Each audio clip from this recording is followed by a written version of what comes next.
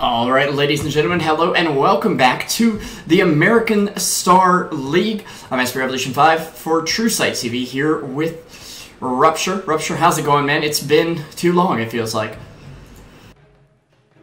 Ruptur? Oh, wait.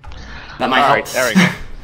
Yeah, it has been a little while, but hey, I mean, we're back on business. Yeah. It hasn't been so long, to be honest, because the only thing that I was missing, it was the King of Dota qualifiers with you. Yeah. Because we were kind of like splitting juggling things here and there. Yeah. But at the same time, you know, gladly they just send the qualifiers to the 25th, so we're gonna have a couple of weeks just to focus on American Star League, which it's a total rape of a North American Star League, which was a famous StarCraft 2 tournament. It was actually the StarCraft 2 tournament. NASL, right? Yeah, NASL, yeah. It was infamous because of their sound manager guys. Yeah. Usually a lot of mics went off and all that stuff.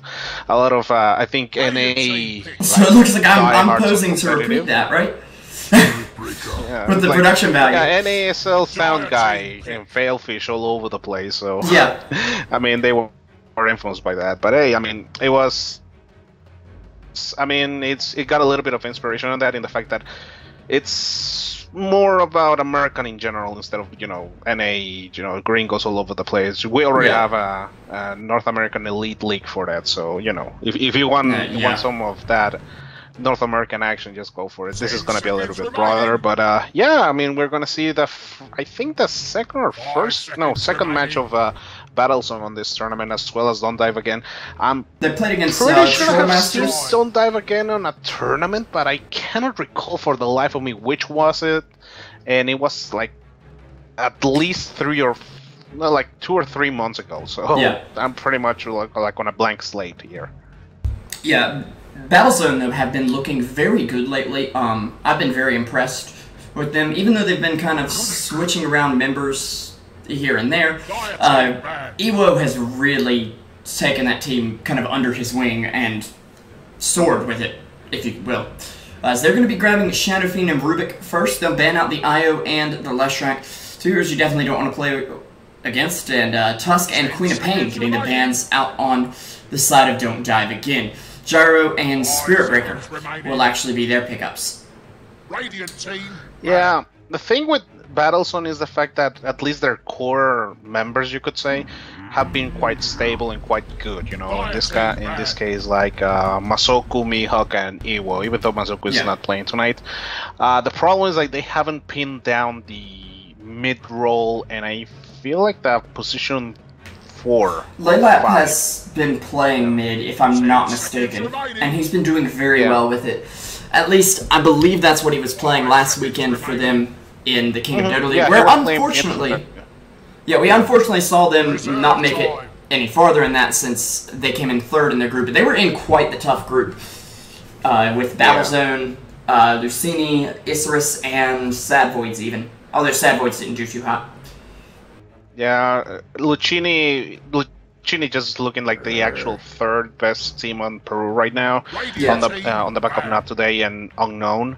So yeah, it was arguably the most brutal group of the whole qualifier. And Isurus, ever since Nadara has left the team, I mean, he's a friend of mine, so I don't want to like, oh, Nadara was the weak link, you know.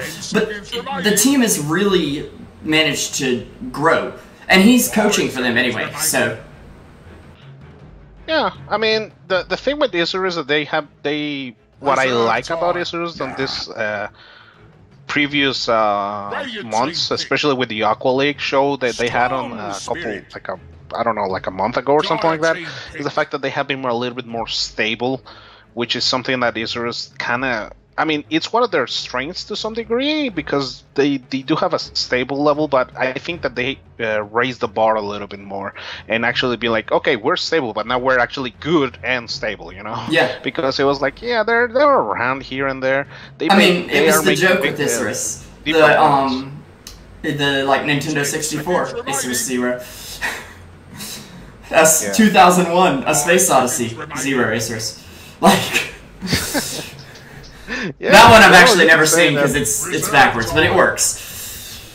Yeah, I mean, thing is, like, I just imagine DDX with "I cannot let you do that, Charlie," or it was John. I can't recall the name. Oh gosh, Dave. Dave. I'm sorry, Dave. I can't let you do that. Yeah, exactly. So I wouldn't be surprised, you know, if that's some sort of incarnation for Azuros. But yeah, back into these teams, I feel like Don't Dive again is one of those teams that is very up and coming, but it's at the same time it's on that murky road. They're like, okay, let's see if we can make an impression. And I mean, by all means, this is arguably one of the better leagues to do a good impression, considering that, well, you're pretty much facing Battlezone, so that's going to be quite a hurdle to you.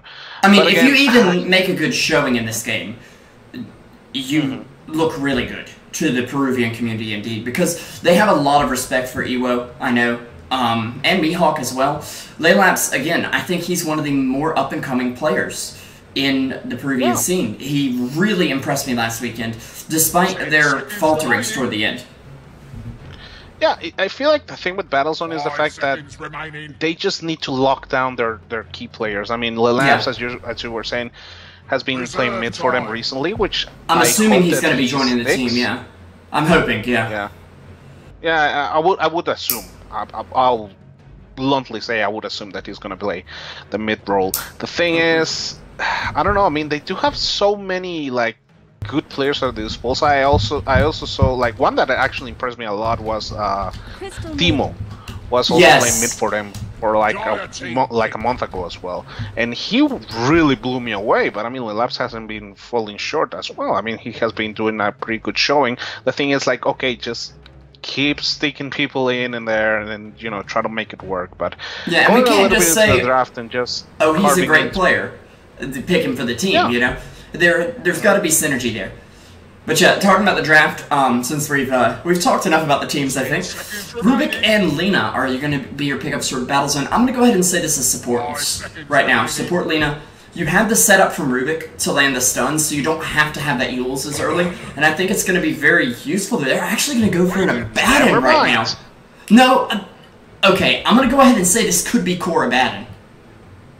I mean, look at the enemy team. This is a hero who's going to get stun locked and needs a moment to kind of say, okay, reset everything, I'm back to full health, I'm fine. Core Abaddon. That's a bold claim, my friend. But Ewo could do it. I think he's one of those players like Loda that would try to run it. Yeah, I mean, and they don't have a tool to deal with that. It's kind of like Ewo's little playground. He can do whatever he wills with the creative part of this. So I wouldn't be surprised about it. And to be honest, you know, if there's any region where you're gonna see an Abaddon core, it's gonna be fucking South America. I mean, or Southeast Asia. It has been a staple for Latin American Dota for like Dota 1, man. Everyone, even in pubs, are still running Abaddon core here and there, man, regardless of patches or whatever. It's just like, we're just gonna play it. It's like I want to say on North America, like shit, what's a good example of this? NA, like safe lane sniper, or, you know, something along those lines, or like safe lane, well, I mean, mid Storm Spirit is kind of the norm, but even when it wasn't, they were still running it. Or like Queen of Pain offlane. That's another. Oh, now I got one perfect. Faceless Void offlane. The IX Mike, you know, Faceless Void back in TI4. Actually, like I actually say it's Universe's brainchild, but yeah. But it has been all over NA, regardless of patches. I have seen in a lot of NA matches, like, there is that chance of actually having a Faceless Void offlane. So it's kind of a similar situation. But anyway, we're going to see a Clockwork, Crystal Maiden, and Storm Spirit on the side of Don't Dive again. A lot of single target lockdown. What do you think about that?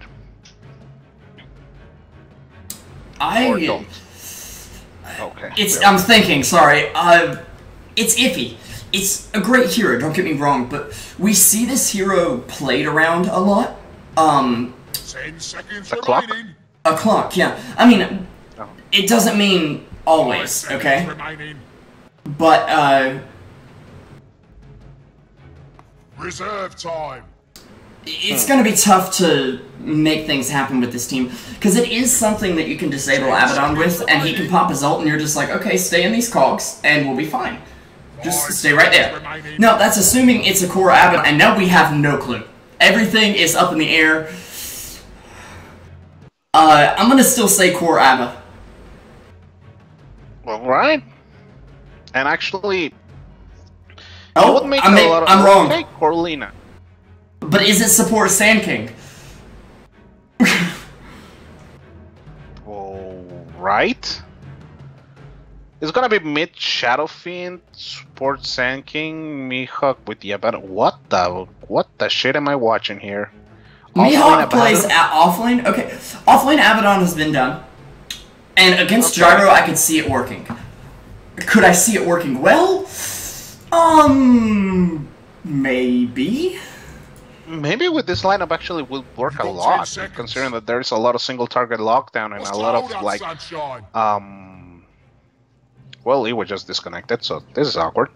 I would say, since there's a lot of persistent like disables on the side of Don't Dive Again, I think like an offlane Abaddon could actually like make it. And yeah, we're gonna have to reconnect real quick, but yeah, I mean, could work, especially because early levels on Abaddon pay off a lot later onto the mid game.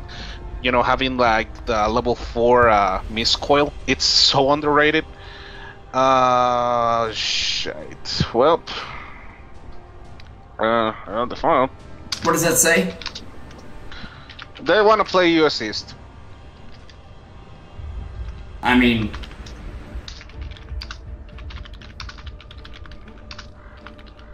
I'm not gonna, you know, worry about it right now. I'm just gonna tell them if both of them agree, I'm just gonna drop it on US East. Oh, so... Yeah. Okay, they don't. Well, this is gonna be awkward. Okay, I'm just gonna throw something out here. If you're in South America, and I know it doesn't work perfectly, but if you're in South America, you should be able to play South America. Yeah, it's one of those tricky situations because most what is that drawing? Tournaments are running on US East. Yeah. Like on default. And so for Battlezone, if they're going to compete in North America, they should probably practice on US East, which makes sense. Yeah. Yeah. Not sure we'll go for it here. Yeah, that's the thing, man. It's like, and they did told me because when I was making the lobby, it was like, wait, the default server was Brazil. So Brazil. Yeah, there's like a few ways around it. I was like, oh, it wasn't US East. Are you sure? No, it's Brazil. I was like, oh, okay. Lepo. Any more memes I can come up with from Brazil here? No. Like, well, I mean, it is what it is. But yeah, I mean, the thing is, like, it defaults a lot into that poor like network infrastructure in South America, because the Brazilian server is like takes a huge loop around like Venezuela and other countries just to get like you have a huge ping from Peru to Brazil just because it goes all the way to half the freaking continent. Yeah, I do want to interrupt you here, Ruptur, because we're about to get started and there may be some action up top. So. Oh yeah, go ahead. Let's actually run through the lineups real quick before, you know. I'm trying to see if they're gonna fight or not, because it's usually right when I say, okay, let's run through the lineups. We have Ewo on the, and there's the fight. Yep, and here we go. Roll is gonna be on the clockwork. They'll have us charge in for the Spirit Breaker. Wargario is gonna be taken down. That is a weird sound on that Gyro Immortal. Haven't heard it yet. Ewo dropping low, but they do connect First Blood for Paper, who is very fittingly here on the Crystal Maiden. Actually, hold that thought, but they ain't gonna grab the bounty rune. He could be falling here, though. This Battlezone are not starting off on the right foot. Yeah. Okay. Could have been worse, though. Yeah, definitely. So we got Paper on Crystal Maiden, LK Shint O on the Spirit Breaker. McCry, excuse me, I've got burping now going on. He's going to be on the Gyrocopter. You have KPR here on your Storm Spirit, and on the bot lane, it's going to be Roll on the Clockwork. Yeah. On the side of Battlezone, we're going to have Mihawk with the Abaddon, and actually, yeah, it's going to be like a poor Abaddon just playing on the reverse lane. So this has been more prominent all over the, you know, the recent weeks on this patch. It's like, oh yeah, we're just going to put a safe lane, tri lane, and you're going to be kind of like soloing on the bottom lane. Because he really needs a fast 6. If he gets a fast 6, he can literally dive you all day. Now, the downside here for him is that they've actually run this aggressive tri lane, and I think they were, wait, did you finish introducing heroes? No, I wasn't. You just cut me off, man. Anyway, on the top lane, we're gonna have Monet with the Sand King actually eating a lot of damage, but they're gonna be the counter. Levitic really good for Wario here, and they're gonna get Paper, you know, Paper Thin, and now the Sand King is running to the hills, running for his life. He's gonna get denied on the creep, on the Smasher actually, and Shinto gonna get right-clicked to death. Yeah, he's gonna drop real quick here, while McCry holding his ground, and yeah, he's gonna be the third here, triple kill for Eagle. This offsets a lot of the early struggles that we were seeing about Battlezone, but yeah, it was gonna be with the Lina. Wario, as we saying, was with the Rubik, Monet with the Sand King, and finally on the middle lane we have Labs on the Shadow Fiend. Yeah, and hopefully the camera went okay there. I was kind of in the other window because the stream briefly went down and then came right back up, but it was confusing. But on the bright side, we have some quality options now, randomly, so that's nice. Yeah, oh, in the bot lane, we're actually going to have Mihawk getting cogged up and hit with Battery Assault here. He should be able to possibly live. He'll get the shield on, but is it enough? Roll is going to come out at higher HP. Up top. God, the sink. Oh my goodness. The charge going to come out. It should finish him off. Actually, it didn't do damage. They had to get the Spirit Breakers one more right click in there, but they will trade for the Crystal Maiden up here. Mercy, or McCry, excuse me, going to be going down there. It's a bloodbath up here. 2 minutes in, and we have 8 kills. Magario going to be falling here. Monet only 45 life and no mana. Oh my goodness, Ruptur. Buckle up, boys. Welcome to ArchaeaDota. It's a full blown up brawl here, and actually, Shinto nice with the jukes, actually avoiding the array. He's gonna actually pop the Tango. The Mango, yeah. Tango, Mango. Shit. Make sure it's set to one bow, Ruptur. Already, which is gonna be huge because if things keep up the way they are doing, he's gonna get so many charges on that urn. Yeah. It's not gonna be even funny. And getting a fast urn like this can really help you, but on the other hand, if you don't get kills right after, I mean, I've played games where, and some of these guys in chat have played them with me, I know. Shout out to Illumini and Het. For sure, we got Tusk, okay, we got an urn. And then all of a sudden the kills just dry up instantly, and your urn is sitting there like, can I get some charges? And it's like, no, I can't get anything. And at that point it becomes more a liability because you don't even have boots yet. I'm not sure that's going to be happening here, but it's still a possibility. He will be charging out bot lane where Mihawk is on 200 life. He's going to find a regen rune. He needs to move a little faster though. He's going to be... Grab it! Oh my god, Mihawk, no! Oh, he was saving it up for his buddy. He's still gonna get a bottle sip here at the very least, but yeah. He's got enough for a shield, but is it enough to absorb the damage? He's already level 5 though. Like, that's what's really big here. If Abaddon's played as a support, he's what, level 2 right now in your average game? Yeah, I'm pretty sure. I used to play a lot of Abaddon actually. Yeah. Again, on Heroes of New Earth as well. It was like my first hero when I was actually playing that, just because the aesthetics were so amazing on that guy. Yeah. Because he was like a flamey, sword-wielding guy. He actually looked more like Doom, actually. Point being is, Abaddon is one of those heroes that is very flexible, but it's also very experience hungry in the first levels. And actually, Mihawk is gonna get charged, locked in, and this is actually a really good timing for the Spirit Breaker to get this kill into the Abaddon just before he's level 6. Nice, crisp timing there. Because if you don't kill him right before level 6, you're not killing him for basically the next 5 minutes or so. Especially with someone who's got their level 6 this fast. In fact, it might even be longer than 5 minutes. with this offlane core of Adam. I'm not 100% sure on that timing, but you can see where I'm coming from, right? Yeah, and it's also a good domino effect because now, because of that, Roll has his level 6 already. The problem is he doesn't have any bottle charges or any mana to speak of, even though he does have a crystal maiden aura already taken for him, but I mean... He'll have the mana in a second. A lot of mana. If he can get the 6-minute rune bot, he'll be okay. There's going to be a charge out on Evo up top, who is farming okay, but not what he wants. And actually, he'll get charged, doesn't see it coming in time, can't get the stun off, can't even throw the stun, thanks to the interrupt from Crystal Maiden there.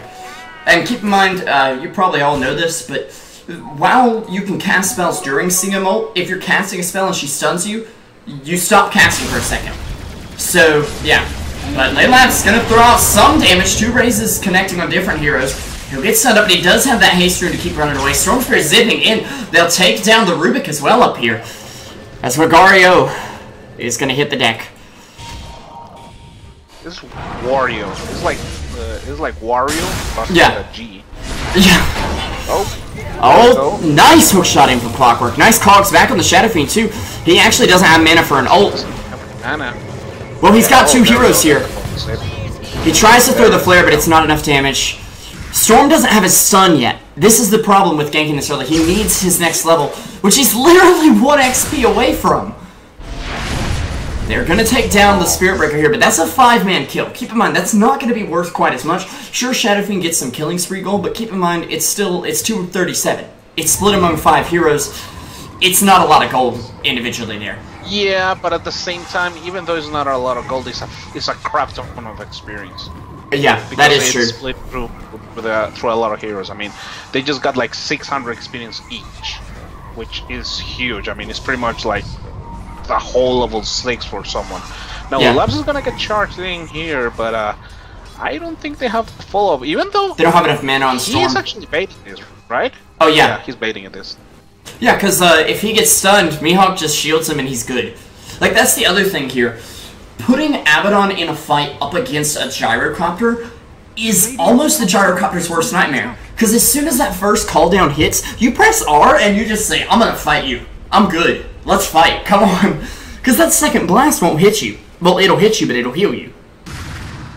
Yeah, I feel like actually Mihawk is gonna play more of a supporty kind of role, even though they did like prioritize a lot of experience to him. He is not farming as much. He only has what, 22 last hits, which is not bad so far. But he's just sitting in the middle lane, just being Lilap's bodyguard. Yeah, and I feel like this is a little bit of an issue in the fact that there is literally nobody on the bottom lane. And I feel like even the Rubik could benefit a little bit from this. Yeah, it's kind of like you could have Sand King as a secondary core, but that's a free lane, and Gyro's there, getting a lot of farm. In fact, Don't Dive Again are actually out-farming Battlezone at this point. Now, we have to keep in mind Battlezone have higher ping. You know, it's just a fact of the game right now. Yeah, but at the same time, the thing is, Battlezone is having they're having a good amount of momentum there. Yeah, also, their team fight is their strength. Right now, these small skirmishes are on the benefit of Don't Dive Again just because of draft alone. Yeah, and just because of the fact that Abaddon's not really there.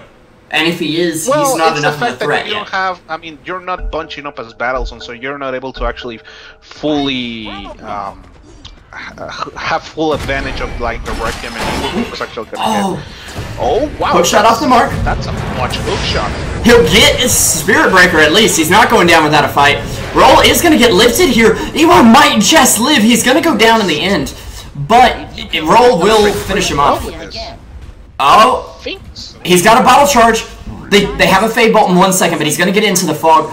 Dire Vision can see him, but he knows those cogs are there, and now Roll is TPing away. Uh-oh. Wario here. Spirit Breaker is incoming, and he does not have a TP or gold for one at the moment. Here's a couple of issues for Battlezone, first of all. Hold the phone though, because... Okay, never mind. You're good. Go. I thought they were going to finish the charge. No way. There was no way he was going to finish that with 3 heroes over there. Hey, you got to be because they don't have any hookshot to work with. Not yet, at least.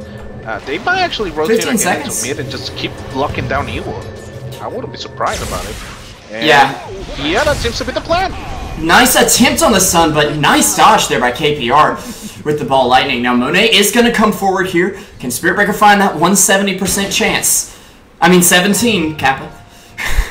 170, what the f... Okay. Have you not, you don't know the meme yet? It's 17%, but they forgot the 0. So it's actually 170% chance to bash. That's why it bashes you every time. Well, sometimes it does feel like 170. I won't lie, but... Yeah, going back a little bit into the issue for Battlezone right now is the fact that... first, you're not able to get a multiple hero Requiem because you're getting single pickups here and there on the lanes individually. So...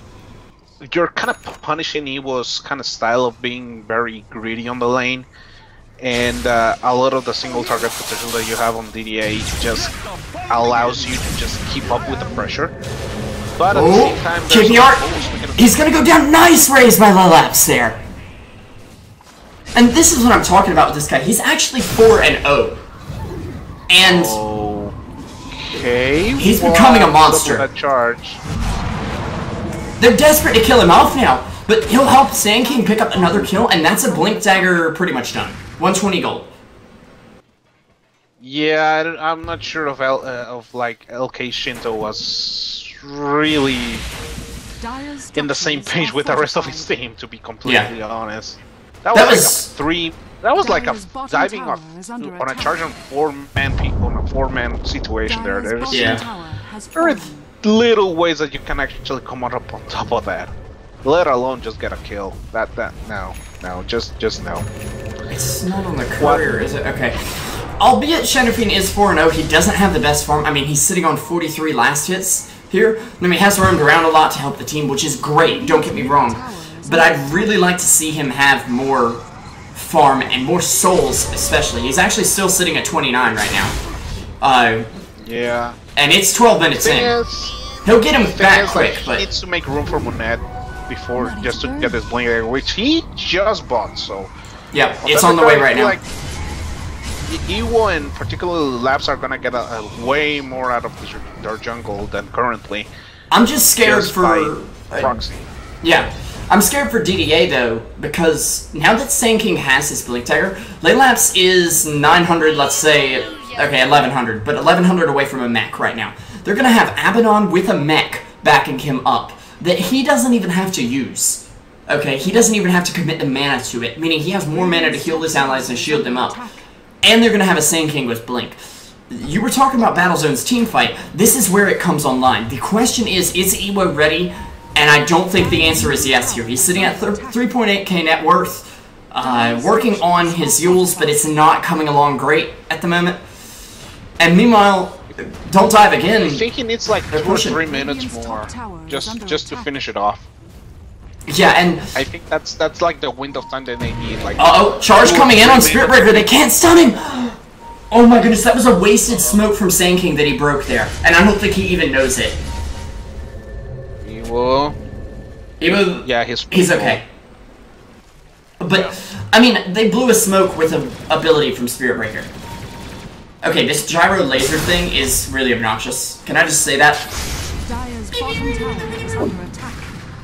Oh, I haven't even noticed, man. Just, wow. It's like, it's like Tinker, like, pimped his ride or something. Yeah. Pew, pew, pew, pew, Yeah, pew. those look like the Jetsons. Yeah, they do. I do want to say, it's like, dude, can you at least try to give it more? Hook shot in. Wagario gonna lift. Can they get him on the cliff? They can't get him in time, but they will grab it with Spirit Breaker. Nice 2-man stun though. The follow-up coming up from Gyro. Okay, Shinto has the double damage. There's an ult coming out from Shadowfiend. Can they get McCry here? They'll take down the Shadowfiend. McCry will fall. Ewo with the triple kill. He could fall here, but it doesn't look like he's going to. Mihawk able to live, healed up by the Crystal Maiden. And Ewo, he's dropping low, but he's just baiting. The heal comes from Mihawk, and they get an ultra kill on Ewo with a full team wipe coming out onto Don't Dive again. And this is exactly what Battlezone were looking for. They needed Ewo to get this next big item, and I believe, yep, his Yules is done. Oh, of course it's freaking done. He's already aiming for the scepter up with this, with an ultra kill. God forbid it was a Rampage, because I think he would have like a Scepter and almost a point booster on top of that. Yeah, so I'm gonna highlight that. That's what they needed. Good lord! I do feel like there's a little issue, a little something it really is drawing me the wrong way on that build for Mihawk. I think that instead of Strangles, if he opted for Mana Boots, it would have been amazing. In the meantime, Roll is actually gonna get a soul kill into Wario, but Monet's gonna catch him up, and here comes a Thunder Jump for him. And yep, mega kill for the Lina. All of a sudden, things are looking up for Battlezone. Ruptur, ignore the message I'm gonna send you. That's for my own personal reference there. Just so I can go back and highlight that team fight, because that was... Evo just played amazing. I mean... Dire's middle tower is under attack. He just flat out played amazing there. Okay, what am I supposed to look at here? Just ignore Skype messages. I sent you something that said 15 minutes, so I know where to look for it in the VOD. Anyways, mid lane, Layla's in a little bit of trouble, but it's a bait! Monet, he comes in with the Sand King ultimate. Now, he's not doing a ton of damage yet, but he will get the stun off on Storm. He's stun locked right now, and they'll be able to take him down. A charge in from Maokai Shinto. There's a steal from the Rubik, but Ewo, he gets the Yules off, and there's the charge coming right back at him. And this poor Spirit Breaker is getting turned around on. He's just getting pulled up into the burger factory, man. And you know how that goes. So, yeah. Just a mac and cheese. He's becoming a mac and cheese right now. Battlezone are gonna have to open their own Battlezone Burger King. So now serving blue burgers. You want that with fries? I'll pay $1 for that. Oh, Evo! Ooh. Walks right into a Sentry Ward, and they're gonna lose 2, maybe even 3 here. Wargario is gonna be okay. Mihawk has the ult up, but the Crystal Maiden ult trying to follow up here. Leylamps gets nothing out of it. That might even go down. He's followed by a Gyro Missile here. That might just be enough lockdown for them to finish him off. He's under the tower, but they don't seem to mind. As it's another 4-man gangbang here, if you will. Mihawk coming down, and it'll be another 5-man wipe, this time in favor of DDA. Look at the gold graph, just for a second here. What the? Is that a Richter scale? I think it is. Is this a heart rate monitor? It's like it looks like a second grade trying to draw mountains. It looks like Rubik drew this graph. Up and down. Yeah. But something I was about to dive into a little bit that really irked me the wrong way on the side of Battlezone is the fact that, as I was saying before the action hit the fan, I feel like Mana Boots on that battle would have been a better choice by far, especially because the Sand King is not having Mana Boots himself either. And I feel like this lineup with these items currently on the side of Battlezone is running a little bit out of steam, just because, again, there's so many hungry heroes and there is nothing to kind of like, you know, supplement that on the side of them. At the same time, however, since there's so much carnage already happening, I don't blame them per se, but because they're just hitting the fan like no one else's business. But still, it's something I feel like it's a little bit subpar on the side of Battlezone in the fact of, you know, item planning. But I mean, I guess at the same time, you know, Mana is gonna eventually get his boots and, you know, everything. Oh, hook shot and roll. Yep, and here we go. He gets 2 in the cogs.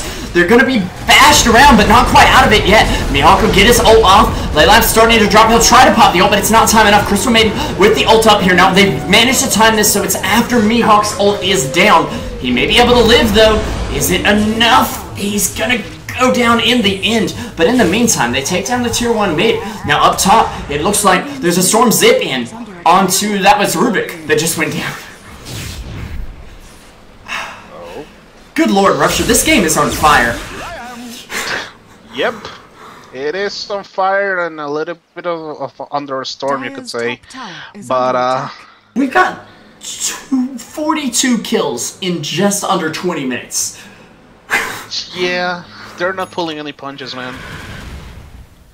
Also, by the way, Evo has a Blink Dagger, so that's gonna help a lot on their mobility, which I feel like it's gonna be decent to counter the so much single target that you're having on the side of DDA. Is it gonna be enough?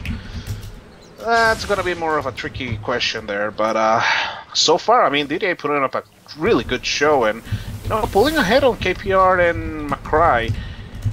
My question is, which lineup does it shape up better towards the later stages of the game? I mean, a Dragondrop is pretty good, but at the same time, he peters off like substantially. But at the same time, on the side of Battlezone, you don't have like a natural war outside of the Shadow Fiend. I mean, Lina can do it, and I think that Battlezone are kind of realizing that they're gonna have to make amends with that concept of actually placing Evo into more of a right-clicking role. Oh, nice dodge on the hook shot, by the way, and yeah, he's gonna blink away. But hey, he forced a hook shot, so pretty good on his part. But I don't know, man. I mean, Storm Spirit, on the other hand, does pick up pretty well, and he's a pretty stable core even towards the later stages of the game. Yeah, and they're gonna try to get another big team fight. Monet blinks in. He does get a Bro Strike up, but no ult available just yet. He'll hide in the Sandstorm as Evo does take somebody down, but they've already dusted him up. They'll hit him with that 4 seconds on the ult. Can he live long enough? Looks like Crystal Maiden ult is gonna go down. It'll annihilate Rubik. The rest of the team seems to be okay. Monet, now he has that ult available, and he's level 10.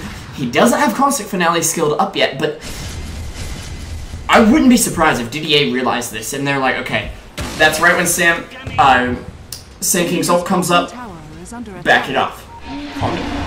Crystal Maiden, though, has a 20-minute mech. Which isn't bad at all. They'll actually find Monet.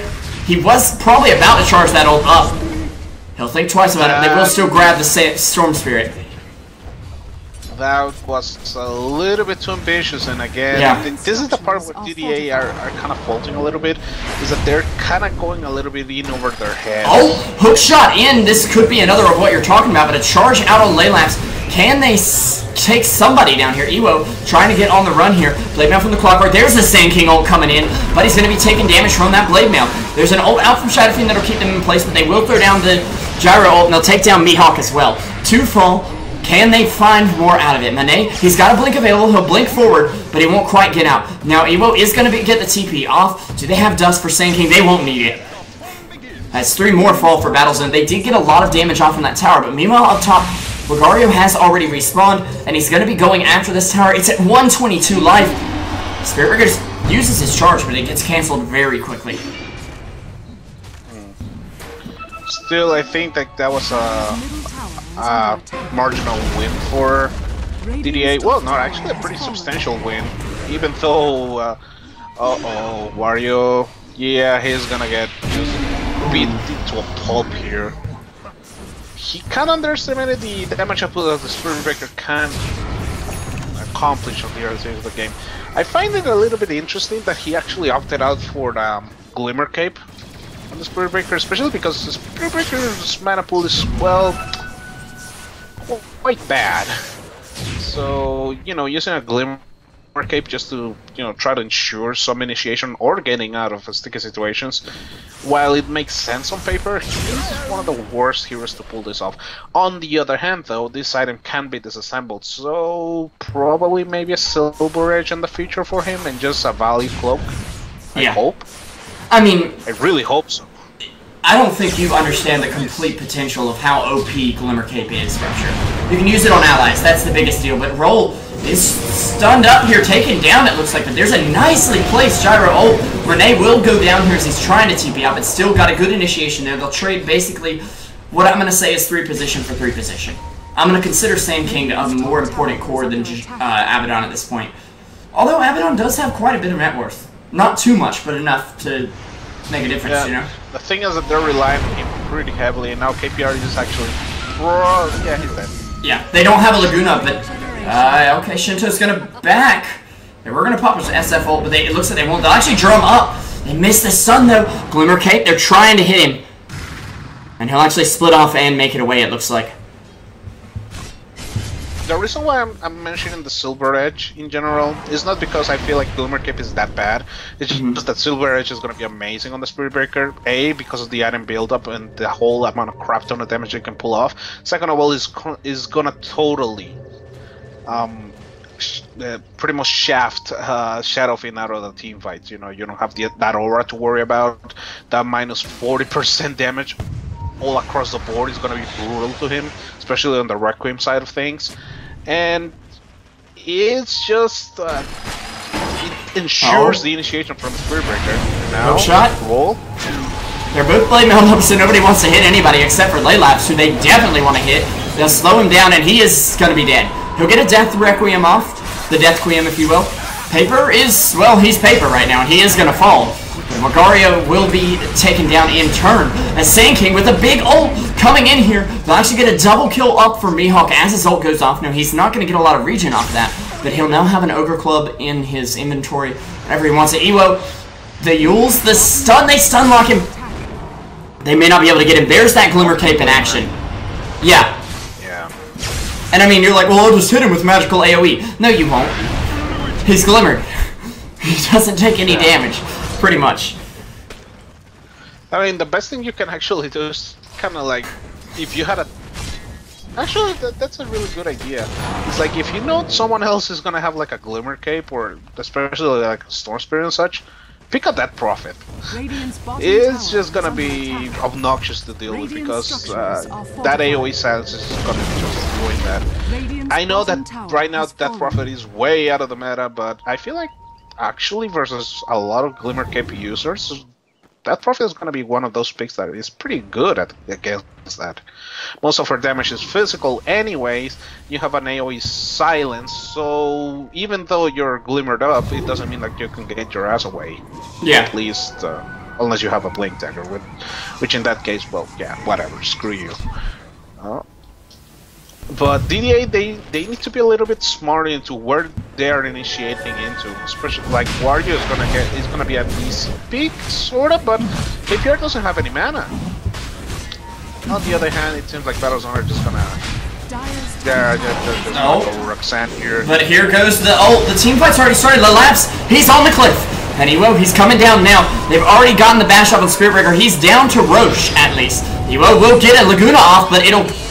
Actually, it wasn't reflected by Blade Mail. But Roll, sitting on low HP. It's Sand King and Abaddon still here. Now, Abaddon does not have an ult. There is no way to use an ult right now for him, and that's not the best thing. He's got a Blade Mail. I would use that Blade Mail. I would definitely have used that Blade Mail long before now, when you are indeed dead, sir. And this is a beautiful interrupted Roche for DDA. And it's going to be theirs. They came in at just the right... Wait a second. Monet, he's got an ult. Does he do it? Oh my Go for it, God. please. Go for it, Monet. Oh. It could have been glorious. It could have been terrible, but it could have been glorious. I'm gonna lean towards the glorious part. I wanted to see it. Oh. For the hype. Oh, at least the Storm Spirit look a little bit under the weather. This has been an excellent game, and we're only 30 minutes in. It could keep going, and it's definitely got late game potential. Yeah, not the best late game potential if you're a Battlezone fan, though. Not really. Not that I think about it, just because... But keep in mind, facing later stages of the game with a Spirit Breaker and a Storm Spirit. But Abaddon. Yeah. This is the problem with Abaddon. You can't. You have to ignore him for what is it? Up to 6 seconds in a fight. That's not something you want to have to do, because if he's sieging the base and has like an AC, he just is fine. I'll take your racks now. 6 seconds. I've got 6 seconds to work with. Well, so far they have been successful in doing that, especially because since he's not going for a BKB, and it doesn't seem like Mihawk is gonna do it on any I think he will eventually. nearby future. I think eventually he will. Can actually cut down a lot of that. They'll find Sand. Just kidding, Clockwork here. I clicked on the wrong hero, my bad. They'll find Sand King, and Sand King will get the kill. Wait a second. Something ain't right here, It's a sand Ruptur. clock, man. It's a sand clock. That's what happened. And actually, It's a Howard. an hourglass. Yeah, that was pretty good. Sand King is leveling stats over Caustic, and I don't like this. This is a team that can win a team fight and potentially push a tower if they have Caustic. Without that, their wave clear is they do have a lot of push by themselves, though. Still, you can push faster. And why would you not want to push faster? I mean, here's the deal, and I understand why he's doing this. They are relying heavily on one as teamfight damage, so... Okay, Shinto's in trouble, though. Is gonna be just the death knell. Hold up, Ruptur. And actually... We are having a slight fight. Rest of the Radiant team coming in to reinforce right now. Mihawk gonna get stunned up. He does have an ult. Blaming on the corner, but Laylabs, he gets hit by the hook shot very far forward. Clockwork Cogs won't push him back, but Abaddon is still being preoccupied over here. And it looks like they're gonna do enough damage to him. They'll be able to somewhat ignore him, but Gyro missed the memo on how Abaddon works. He'll pop his blade mail, because he knows they just want to burst him down now. He'll do a bit of damage, but he'll actually commit suicide. He gets it off! Who said South American Dota isn't interesting? Who says it isn't as exciting? I want to deliver a strongly worded letter called this game. This game is sick, man. This game is sick, and I underplayed it a little bit. I thought it was going to be a slump, but DDA are putting a lot of work onto the side of Battlezone. And they could win it. Even though Battlezone are going to get the better end of it. DDA is... They're from Peru, I'm assuming?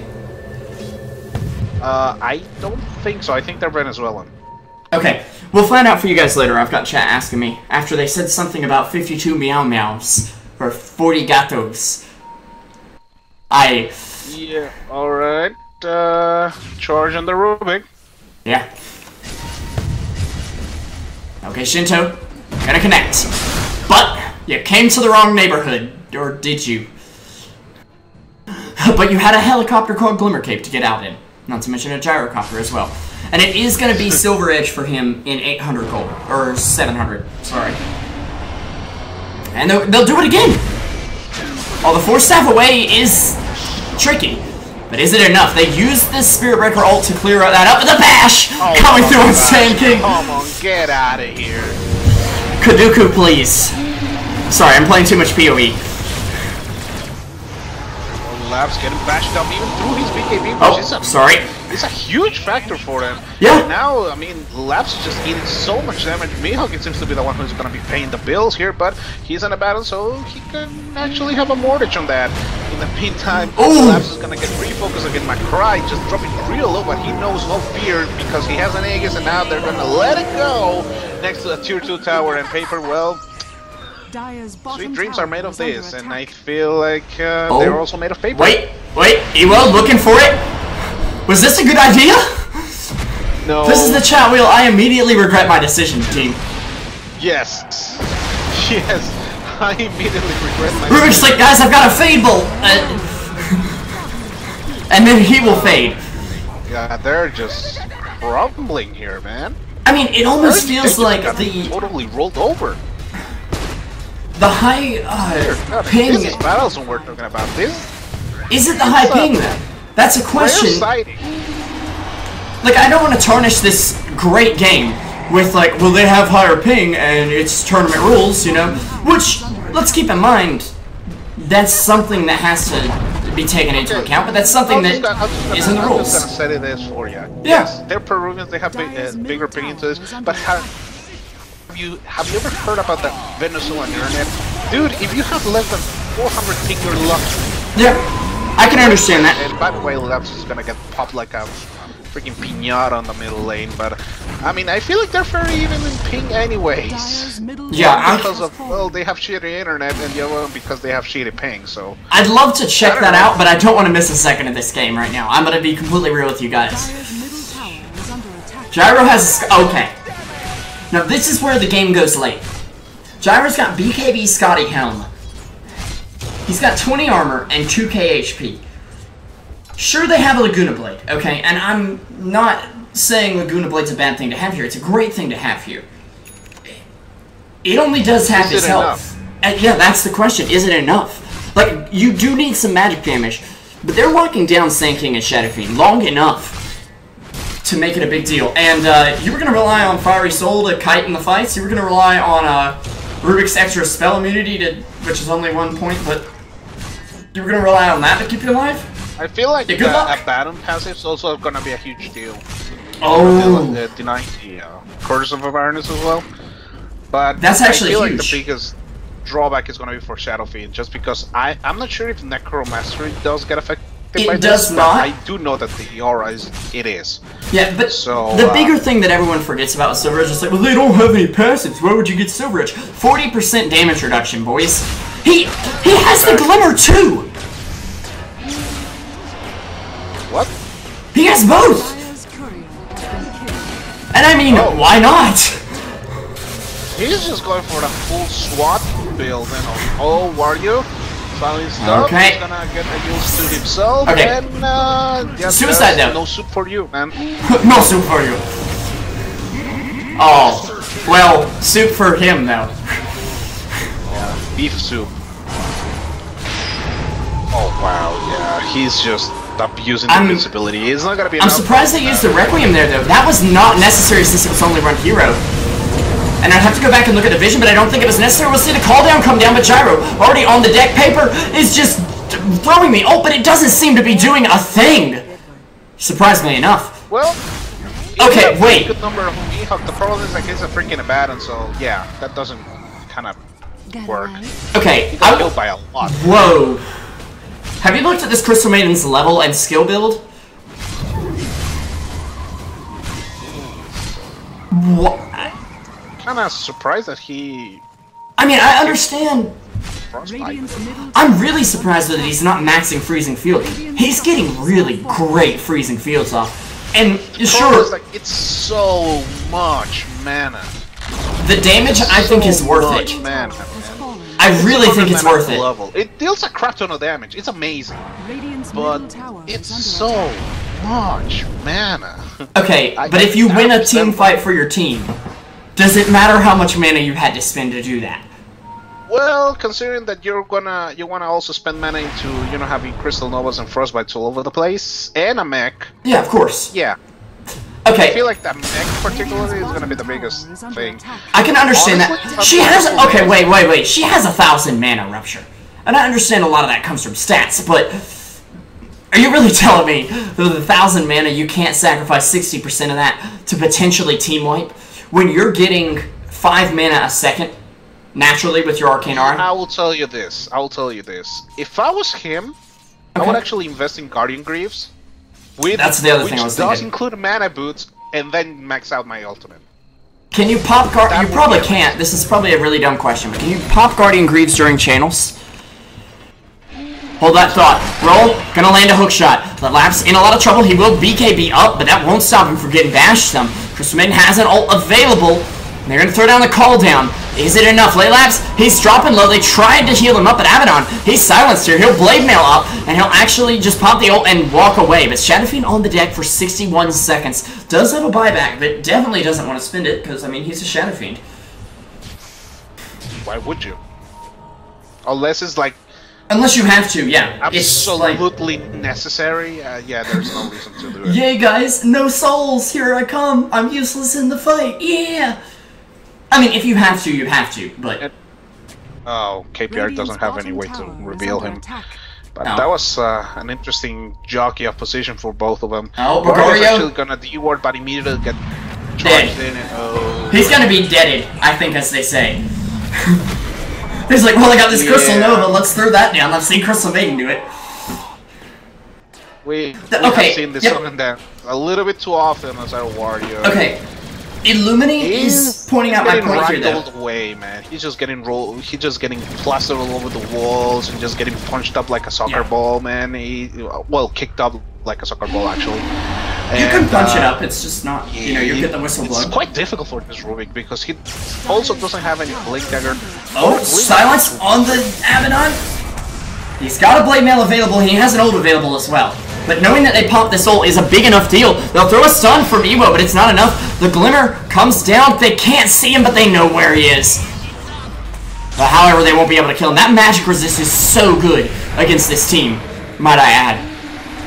I'm sure there's a Laguna, but that's about it. So they are going to look for something. Monet got to get charged here. They might be overextending a little bit, but Laylabs has only got 18 souls, so charge up the Requiem, but is it enough? Paper popping the BKB will throw the ult down. And gets one. Helps get two. Can they get more? The Shadowfiend will fall, and that's no buyback. Now, Wagario is going to melt, and Lena, the only one getting away. And if they had a well-placed Clockwork Rocket, they might have finished her off, too. I want to point out one thing now. Not to harp on the Crystal Maiden. Okay, she put 2 points in it. Thank you, woman. Thank you. Illumini pointed it out in chat. If you're getting a BKB on Crystal Maiden, you need your ult. Like, there's a reason you're getting BKB, and it's not to live a little longer in the fight. It's to get your ult off full duration. and she's used... Yeah, that's actually a really good counterpoint. She's used 2 charges of it. I'm not sure if she had her level 2 ult in the last fight or not, but at least one of those charges was used with a level 1 ult still, and she could have had level 2 easily. Even if you don't want to go level 3, level 2 is really good. I still stand by my point of the Guardian Grief, so... Yeah, I can understand that. If you're already committed to the mech, might as well go full bore with it. You know? And it would... I mean, if you have like freaking Guardian Griefs with a Crystal Maiden and a BKB... Dire's structures are fortified. I mean, dude, the world is your oyster right there. It's like, okay, I'm just gonna put my BKB, just go ham because I have enough stats. Oh... He uses himself, he BKBs. Does he have time to even throw a Laguna Blade? He'll get PRK with it. He's low on health. They're trying to do enough damage with the CM ult. It's just doing tons of work. Gorgorio's not able to steal it, and at this point, Battlezone are crumbling. Yeah, Mihawk, he doesn't have an ult. He does not have an ult. He is down for the count. Well, not for the count. He's actually got 75 seconds. Well, that's a big ass count though. Top tower has fallen. But even then, I mean, Rolly's just able to take out the tier 2, and the scaling potential that Don't Dive Again have is just, well, quite frightening if I'm Battlezone, and I don't really know how to work against this. Oh? Because I feel like the only like good shot that they had was in the hands of the Shadow Fiend snowballing out of control, and that did not happen. That's something that maybe like, oh, hindsight 2020, because I should have, you know, talked about it a little bit earlier, but yeah, their physical damage is kind of, well, non-existent outside of that. I can tell you why. Shadow Fiend has 5 souls. There it goes. 5 souls. And, I mean, that's the problem, right here. And now he's losing his window to get them. He can still do it if they can force them back for a second. I mean, I'm confident Battlezone can still win this. However, it's not like they're gonna need a huge team fight on the next. Yeah, they do take down the CM though. You managed to get a kill on the Crystal Maiden, who had quite a bad impact in here, and Alina actually going for threat. Well, she already went for threats. CM has 2,700 gold. She could sell the Tranks and pick up Guardian Greaves. Okay, or Blink. A Blink is great. Don't get me wrong. Sorry, I had to have a chat with an issue said, Guardian Greaves, you mean those overpriced mech boots? I'm like, dude, you clearly don't understand how they work if you think they're overpriced. Like, they're so good. Well, first of all, is the fact that you have, like, slot efficiency, and the fact that your mech doesn't cost any mana. And you have, like, Tranquil Boots, like, buff on it. For everyone? You have as regen. And then Super Tranquil Boots when you're at low health, and it doesn't turn off if you attack. Now, Storm's looking for an Aegis swipe, but they find him. BKB up. Oh, he got found out, so... Oh, but he's found something here. He's gonna try to get away. He's got more than enough mana. I think he's trying to do a bit of damage in the meantime. It'll force them off of Roche, though, and it does say, hey, we know. Monet, he's gonna get hookshot. This could be what they're looking for. They'll knock him back. Nice burrow strike forward, but Wagario and Mihawk in a lot of trouble. Wagario, he did have a spell steal, but didn't have time to use it. As Mihawk, full blade mail up. He's on 500 HP. He'll pop his ult, and he's trying to fight, but he's the only one on the front lines here. He's on the back. Lina is actually going to pop the BKB fruitlessly, it looks like. They're going to try to get down the Abaddon. Now, Sand King, he does get a burrow strike up, and not enough mana for the ult. He'll Sandstorm, and they'll take him down with a rocket flare. And he will pop his BKB and just went back. He popped his BKB and then Spirit Breaker Glimmer Caped and said, okay, have fun with your BKB, bro. I'm out. Oh. Yeah, well, okay.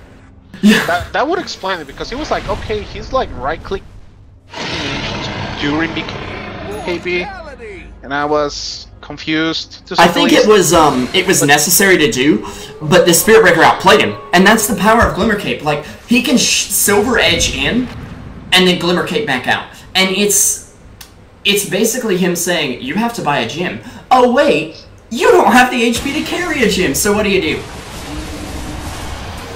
He's going in again. Maybe. They're gonna get their punching bag here. I mean, Rubik. Yeah. That was Flat Cannon and Storm Spirit just killing off Rubik. No whining, but they haven't given up yet. Evo gonna use him up.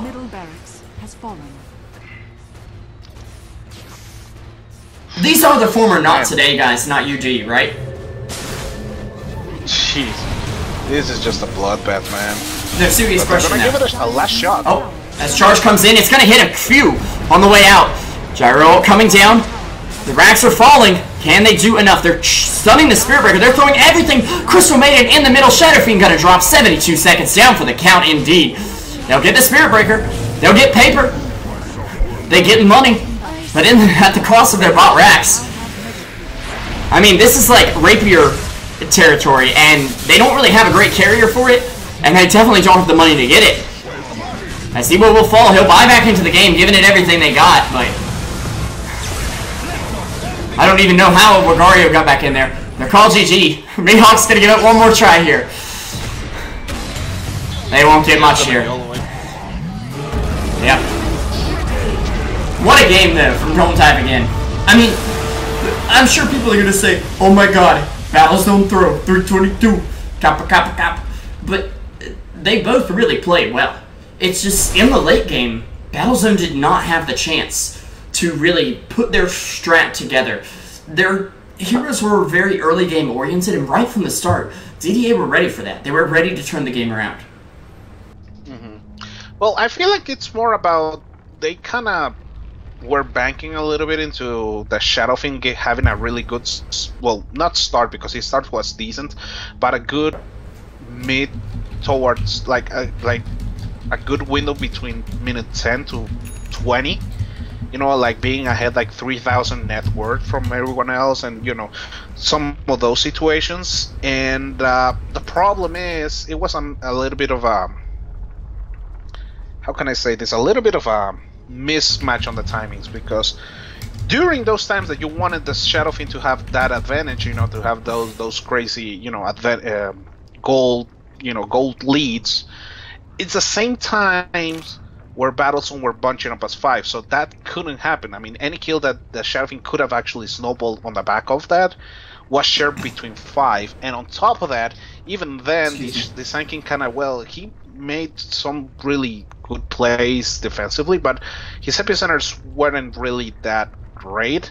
And on top of that, I mean, Don't Dive again just got the better initiation tools, to be honest. I feel like that Abaddon pick I don't know, man, it just didn't work out. They did some big plays with it, but it wasn't enough. A solo offlane versus the I think it was the Spirit Breaker or Clockwork. Spirit, I don't know. Yeah, the Clockwork. Yep. He reached level 6 really early, and then they just forgot about the lane and just let the gyrocopter do his thing. It's something and after a while, I mean, the gyrocopter just became huge. It's something that Isras kind of did against them in Kings of Dota. They ran an offlane Spirit Breaker as basically a 4 position and put Nature's Prophet in the jungle greedy. And I thought that was what they were trying to do with the Sand King, but Sand King can't put pressure on the map the way Nature's Prophet can. And it didn't help. I mean, he got good farm, don't get me wrong, but it didn't work out enough. And Ewo is really the only one that comes away with any kills, and that's still only 2 more kills than Rubik has deaths. And Rubik had a terrible game. Like, the poor guy, I feel bad for him. Wardy just got dragged all over the place. Anyways. That was just nasty. Yeah. Hell, the thing is, like, the Sand King, I feel like if they ran Mihawk on the Sand King, it would have made a world of difference. Just because he could have actually been able to squeeze experience and a lot of, you know, farm on the offlane, just on a 1v1 scenario, because he's that good on that role. But instead they just went with a great support with an offlane that actually didn't kind of stay on the offlane, so he kind of choked up his own team. And it just, I don't know, man, it was just a weird transition between roles, you know. It's like, okay, I'm offlane, now I'm on position 5. Yeah. Okay, so what we're gonna do with that bottom lane? I don't have a freaking clue. And also, they kind of delayed themselves a lot into bunching up as 5 and try to get a couple of, like, really important early team fights. And they weren't able to snowball. That's pretty much about it. The rest, it was just draft, you know. The gyrocopter itemized pretty smartly with the eye of Scotty, you know, so he was able to tank enough, and the rest of the lineup just became increasingly more difficult for them, and well, there it is. Yep. Now, Ruptur, I'm not sure if we have another game that was scheduled to start 30 minutes ago. They probably went on ahead. In fact, let me just check the ticket. Let me check. I just asked them, but they didn't say anything. I think since the Spanish casters should have been available for that, I feel like they just went with it. They just started. It's 50 seconds in. Do you want to cast it? You want to cast it from ticket? It just started 57 seconds ago. I mean, if you want to, let's get going. Let's just do it. I'm gonna stop the VOD here, but we'll see you guys in just a second, of course. Where's the button? Where's the button? Where's the button?